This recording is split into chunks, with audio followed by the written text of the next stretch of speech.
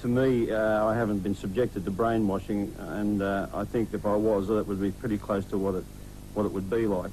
Your resistance being lowered to a point where you start losing sight of your own values and your own convictions, and of course you're being constantly pounded with these ideas from the people that are presenting the show.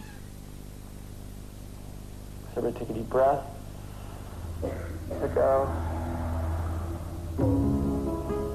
Okay. So, in light of all that, does anybody have anything they'd like to share about last night's game? The experience for me was unique. It frightened me. It affected me to the point that for several weeks after the program, I felt that I'd been under an assault. However, I didn't feel that it changed me in any way other than that it shocked me. I did worry and was concerned, and still am concerned, about what happens to some of the people that come away from that course. The course Money and You has been attended by many senior officers within the brigade. Some have derived great benefit from the course, and some have not. I would consider that possibly relates to the individual belief systems of the people. The term rebirthing was mentioned, and I must admit I'd never heard of that before, but I believe, I found out, in fact, that what it meant was the cleansing of the soul. Again, I'm concerned that it borders on a cult in some respects. People involved with these seminar-type experiences can have incredible highs, and they can actually have benefits in terms of it. But what I'm worried about is what happens afterward. The people who are able to take the benefit and go on with their life, they're in the best shape. The ones who go on to take the next program, the next program, the next program, look more and more like a destructive cult member. James was the one who could not walk away. So what is this? This is the Money and You seminar? Yeah.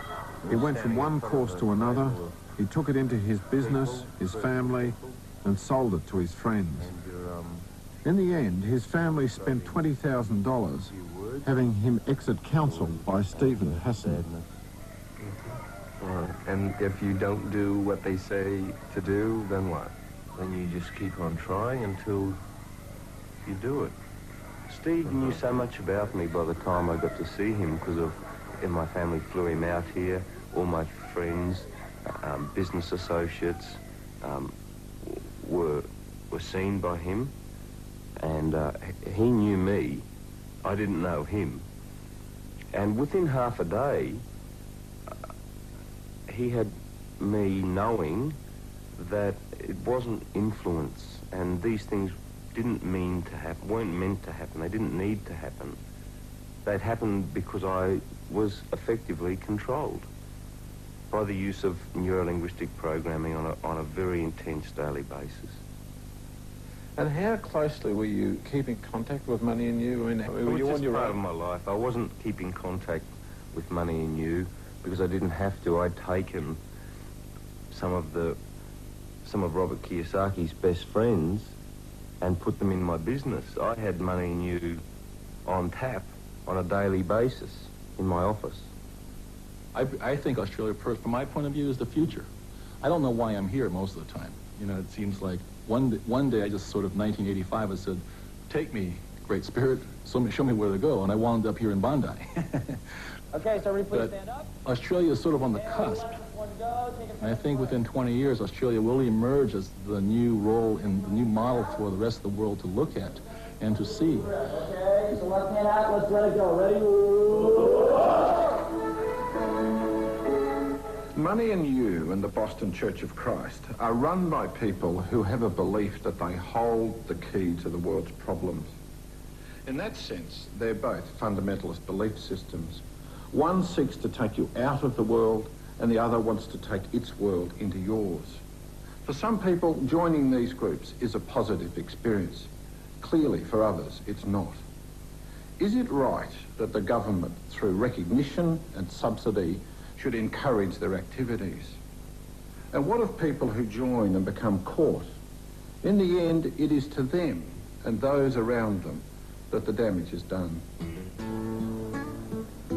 I wasn't told that neuro-linguistic programming would be involved. I wasn't told we are now going to put you in a trance and you will become highly suggestible. That was not said to me. I was a wreck. I was so drained. Didn't know what was right and what was wrong. I just wanted it to be over, and couldn't explain myself. Couldn't think properly. I just wanted it to be over.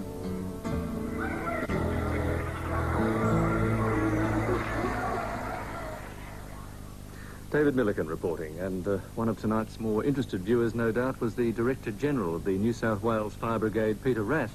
He told me this morning that he'd suspended the brigade's involvement in Money and New, pending tonight's program. Another interested group of viewers were the Scientologists. They contacted us to insist that the Church of Scientology has nothing to do with the Money and Due organisation.